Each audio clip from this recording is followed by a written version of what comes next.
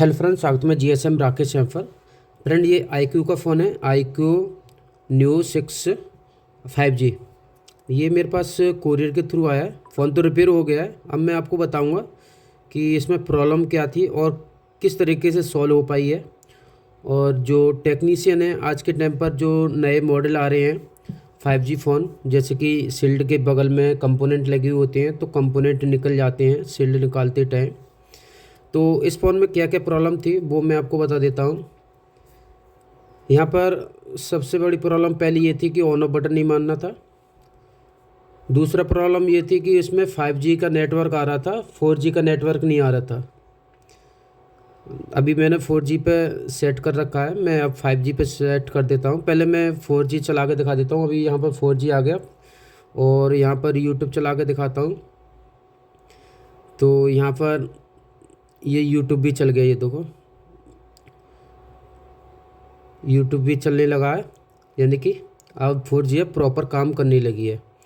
अभी थोड़ा सा स्पीड साइज स्लो है, ये देखो चल गया, ठीक है।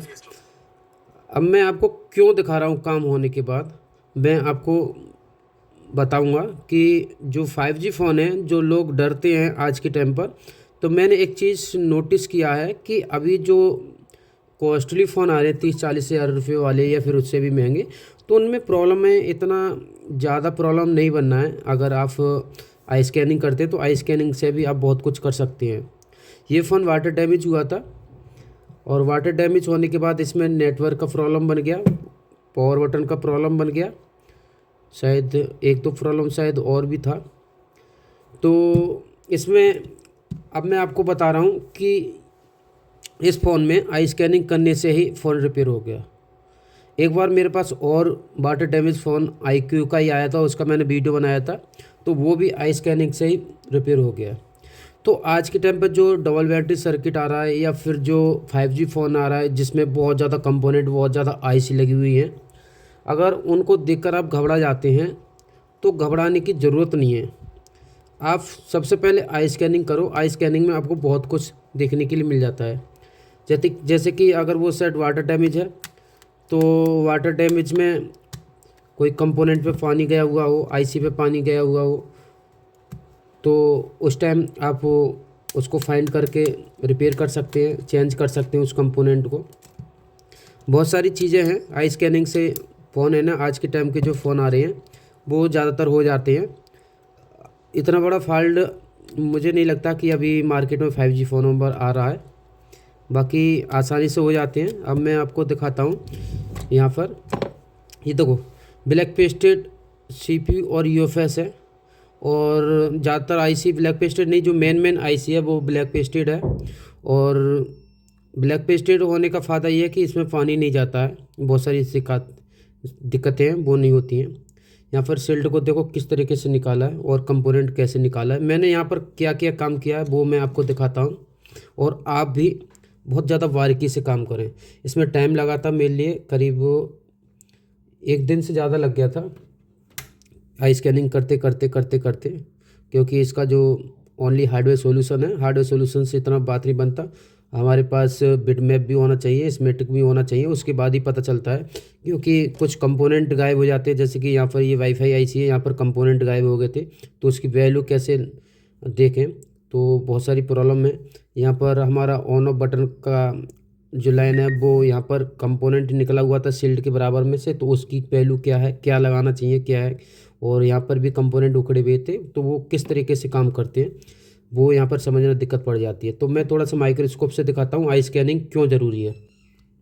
फ्रेंड, कोई भी फ़ोन आपके पास आता है, सबसे पहले उसको आई स्कैनिंग करो कि कोई कंपोनेंट अलग तो नहीं है, या फिर वाटर डैमेज तो नहीं है, या फिर कोई ऐसा कंपोनेंट शॉर्ट तो नहीं है, थोड़ा पता चल जाता है। यहाँ पर आपको दिखाना चाहूँगा, यहाँ पर मदरबोर्ड की कंडीशन किस तरीके की है। यहाँ पर मैंने ऑन ऑफ का कंपोनेंट डाला था जो कि रजिस्टर था, और एक यहाँ पर।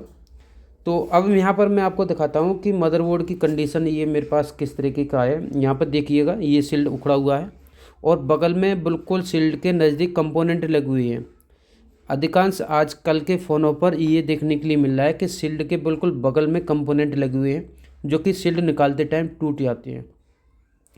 ये गलती अनजाने में ही होती है। अगर आपको एक बार गलती हो गई आपसे तो उसके बाद आपको भी पता चल जाता है। तो मैं पहले ही बता रहा हूँ कि आज के टाइम पर जो नए 5G फ़ोन आ रहे हैं उनमें अधिकांश देखने के लिए मिली है कि शील्ड निकालते टाइम कंपोनेंट टूट जाते हैं और इन फ़ोनों के स्कीमेटिक भी नहीं मिल पाते हैं कि कौन सा कंपोनेंट किस वैल्यू का है।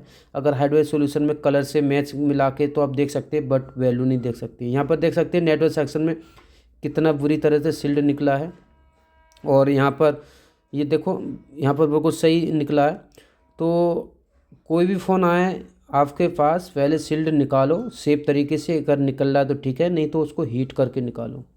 ये देखो शील्ड किस तरीके से निकाला है और ये बगल में जो कंपोनेंट है वो निकल जाते हैं, टूट जाते हैं। तो कहने का मकसद ये है मेरा, अगर कोई भी इस तरीके का फ़ोन आता है जिसमें कंपोनेंट बहुत ज़्यादा लगी हुई हैं, बहुत ज़्यादा आईसी लगी हुई हैं और शील्ड के बगल में भी कंपोनेंट लगे हुए हैं, तो अगर शील्ड निकालते टाइम ये देख सकते हैं शील्ड निकालते टाइम ट्रैक निकल रहा है, तो आप कोशिश करें कि उसका जो शील्ड है वो हीट करके निकालें या फिर कोई और तरीका यूज करें।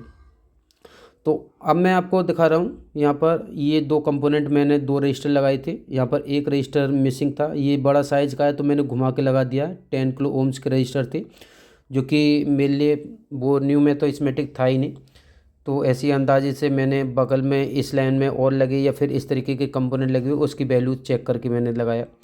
यहाँ पर एक हमारा ऑन ऑफ का रजिस्टर था जो कि निकला हुआ था, वो निकाला। और यहाँ पर एक जो कॉइल था ये हमने कलर से कलर मिला के, जो कि स्कीमेटिक तो था नहीं, वो न्यू की हार्डवेयर सॉल्यूशन में इमेज में जो PDF होता है उसमें कलर से कलर मिला के यहाँ पर कंपोनेंट लगाए हैं।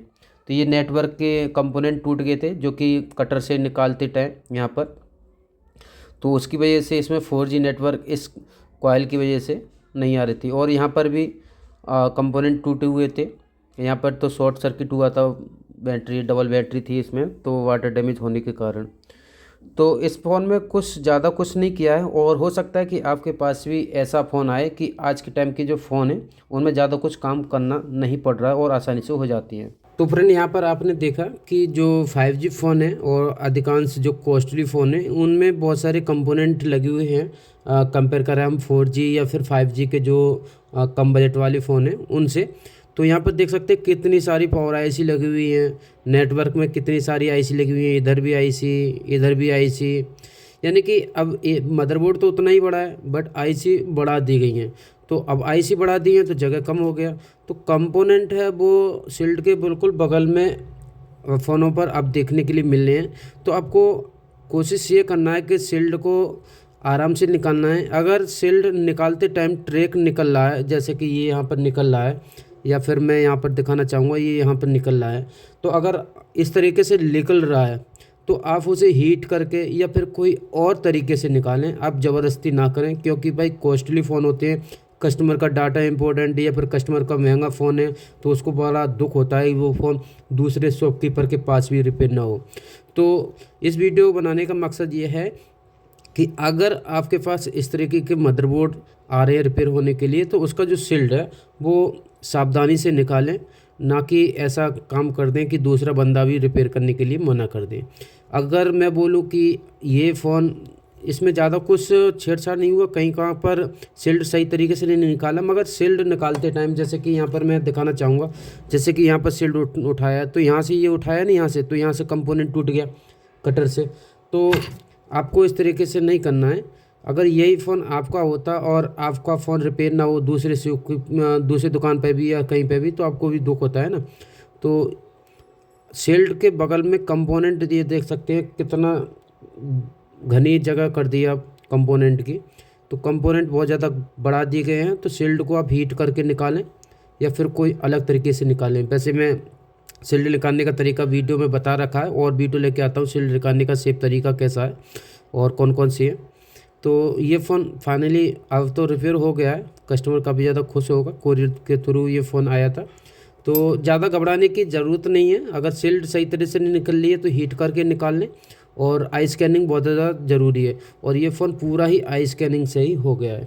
ठीक। ठीक है, तो घबराने की ज़रूरत नहीं है। और शील्ड एक बार को आपके पास फ़ोन रिपेयर हो ना हो, मगर शील्ड सेफ तरीके से निकालें कि दूसरा बंदा ये ना बोले कि फ़ोन की ऐसी कर दी।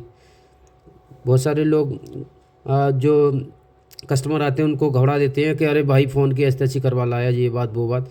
और हो सकता है कि आपके साथ भी इस तरीके के कस्टमर आते होंगे, और या फिर आपने काम किया तो दूसरा बंदा आपसे जलता हो तो वो बोल देता हो अरे भाई ये तो फ़ोन की ऐसी करवा लाया, तो इस तरीके से भी बोल देते हैं। तो इस तरह की नौबत आने की ज़रूरत ही नहीं है। आप सेफ तरीके से शील्ड निकालो और काम करते रहो, टेंशन लेने की ज़रूरत नहीं है। बहुत अच्छा अभी काम चल रहा है मोबाइल लाइन में और अच्छा इनकम भी है, ठीक है।